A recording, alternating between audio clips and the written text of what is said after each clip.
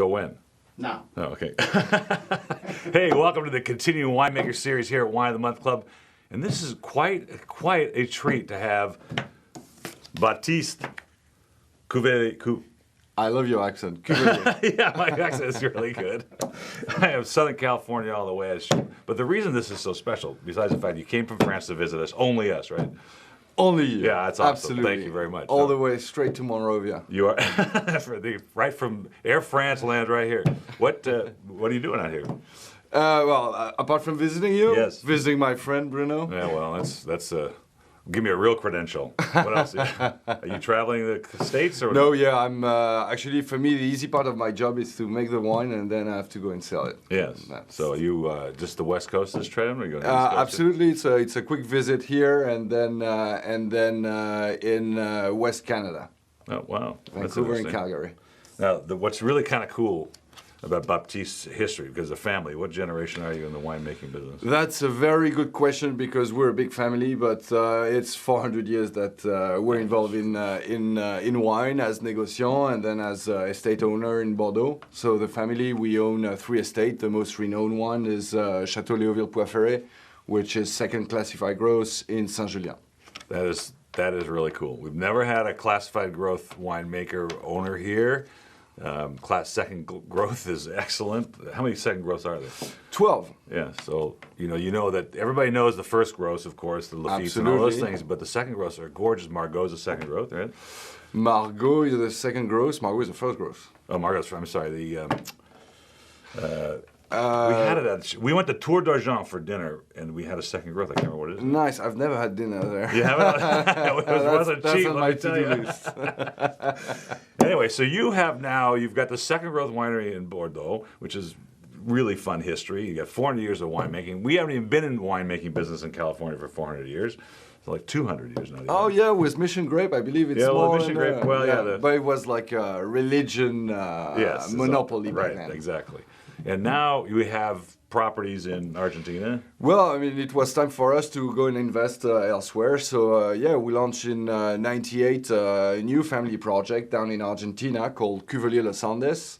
And really the idea is to create the Argentinian cousin of Leoville-Poyferre. So that set the standard. We're not aiming at being one of these huge, massive winemaking group. We just want to transpose our know-how in Argentina. And you were chosen by the family. They send you down there for a reason. What do they do?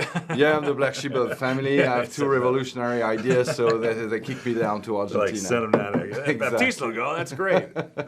I want to start. We're going to taste some wines today, and really gorgeous, gorgeous wines, all of them. And I made the statement earlier off camera that this is probably the best Chilean Sauvignon Blanc I've had, and the reason for that is it has so much rich middle palate that you don't get. Usually it's this green, crisp, grapefruit, and this has got a wonderful character about it. Let's taste it. Absolutely. Well, the first explanation is that, first of all, it's natural wine. So that means organic grapes, organic vine growing, and then very clean work in the winery with absolutely no additive. And just going back to the roots of winemaking, and when you do that, what you need to focus on is on the vine growing, on very low yields, and first quality fruit. The low yield part of this is obvious. There's such great depth in this wine. I almost felt like there was some residual sugar because there's so much fruit impression, but it's bone dry. Absolutely, it's bone really, dry. really great wine. This is a good one. Thank you. Well, it's the very first time I show it in the U.S. I'm just bringing it in. It was first year experiment. I'm a red winemaker, so it's kind of new for me to make white wine, but I'm pretty happy with the outcome, and it's just use the tradition. I'd be very proud of that. And yes, right, folks, you heard it here first. You tasted it I'm sorry, you didn't get to taste it. I tasted it. They didn't get to taste it, but they will later we'll make it available to them. So we're going to move to what We're gonna move to again another experiment for this year. It's the first time we're making rosé in Argentina, Cuvée Los Andes Rosé, 100% Malbec. Yes. The idea was to come up with a wine, you know, very Côte de Provence style, easy to drink, refreshing. I wanted to avoid at all costs the rosé de saignée. That you very often find from these latitudes, with a lot of acid correction, with that fluorescent pink color, which I personally hate. The idea was really to make another natural wine, very easy to drink and gorgeous salmon color. And also, I believe it's the first 2013 wine you're tasting, cool. Because that was harvested between March 4th and March 6th. Then it went through the fermentation, very low temperature fermentation, not to damage the natural flavor and aromas of the varietal, Malbec. It says direct pressed rosé. What does direct press mean? Direct press, that means that we harvest and we send the cluster straight to the press. Period. We let it macerate until we get that exact color. We press and then in tank, low temperature, and it ferments. With the indigenous yeast of the vineyard. And so how do you feel, based on the wines of the Provence, how this in the market, how people are going to receive this compared? This is brand new, right? We just got it here. This is brand new. This is an experiment. I could definitely raise the volume, but, you know, it's... I can tell you, you know, it's a try. East Coast of America, they drink a lot of rosé. West Coast is way less popular. And part of the reason is why Zinfandel was created in the 70s in America, and everybody thinks if it's pink, it's sweet, white, you know, with Zinfandel, and it tastes like sugar water. And unfortunately, we haven't come around to appreciate a nice dry rosé, and I think that's changing. So I'd like to help change that. Perfect. This is a really interesting wine. This is Cuvée del Maule, so that's a new project that I do in Chile since 2009. That was the first vintage. I'm located in the southern part of the Maule region in Chile, so 200 miles south of Santiago. Actually, in the historic region for vine growing in Chile, where the Spanish monks planted the first vine in the 15th, 16th century. It's Mediterranean climate, it's beautiful. And this wine is a funny blend with 6 varietals, 3 majors, Cabernet Sauvignon, Carignan, and Carmenère, and 3 minors, País, Merlot, and Zin. So what is País? I often have the question. País is what you call here in California mission grape. So definitely what the Spanish monks planted when they arrived. If you were to choose, which there isn't any that we know of, indigenous California wine grapes, but if you chose one, it would have to be Mission. Absolutely. Yeah. Absolutely, and according to DNA analysis, we now know that this is Monastrell. So I believe the story is the Spanish brought Monastrell from Mediterranean Spain to the Canarias Islands. It has had its evolution there for quite a few centuries, and then when they were colonizing Latin America, on their journey to Latin America, they were sourcing the plant in the Canarias and widespread it in Argentina, where it's called Criolla Negra, in Chile, where it's called País, and here in California, where it's called Mission Grape. Now, and that's a great, thank you, because that's a great history, because I didn't even know that, actually. But what was interesting about this wine is that the first 3 grapes are traditionally vinted, and the last group? It's just a border work on the Cabernet and the Merlot. Oh, so the rest is all carbonic. And the rest is all carbonic maceration. Why that? Because it's natural wine as well. This is the warm region, so what I really need to monitor at the time of harvest is the acidity. So sometimes I take the decision to harvest even before full ripeness, and then I have to adapt the method of extraction not to extract the potentially unripe or square tannins.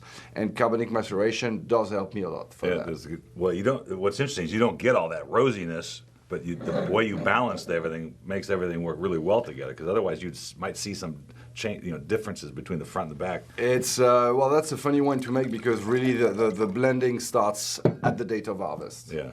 Oh. Now we're going to move into your main line from Argentina, right? So Absolutely. This is a varietal of Malbec to 2011. I thought this was one of the greatest examples of pure Malbec, in the sense of not pure that it's all 100%, but pure that it really brings out the Malbec flavors and the character of the grape. Well, that is all related to who we are, what we are doing. First of all, we are a very small estate in comparison to the average scale of operation in Argentina, 160 acres. That's the same size than our Bordeaux estate. That's what we know how to craft work. Then other particularity of ours, we work with very low yield. We're aiming at producing the Argentinian cuisine of Leoville-Poyferre, so we need to get first-class grapes. So we work with low yield. Everything's handmade. And then, obviously, as we make all of our focus on the vine growing, we don't buy grapes around. We only process what we grow, which is not the rule at all in Argentina. That's interesting. And then it's a very, again, traditional process of making wine Bordeaux way. The complexity of this wine, folks, is incredible. We'll find a way to make it available to you, but it just has layers and layers and layers of things going on, and the transition from the front to the back is just incredible. Excellent expression of the wine. Thank you. Really. This is, yeah, it's true. It's one of these Malbec that makes you understand the origin of the nickname Malbec. Right. When you translate from French to English, Malbec means bad beak. Why that? Because that will color your teeth and lips and tongue right. All black. That's funny. The English used to call it the black wine, and definitely that's what Malbec is. Well, the interesting story you told me about the weather, and that Malbec, of course, was one of the main grapes of Bordeaux. Still is a qualified varietal, but it's not the mainstay anymore, and it's because of the change in absolutely. The climate. Malbec used to be dominant in all the Médoc region, so on the left bank, like we're talking about 10 centuries ago. And at that time, the weather was way warmer than what it is today in France. And well, when the weather got cooler in century 15, 16, and 17, the Bordeaux people couldn't bring Malbec to full ripeness anymore. Right. I mean, just 1 year out of 4.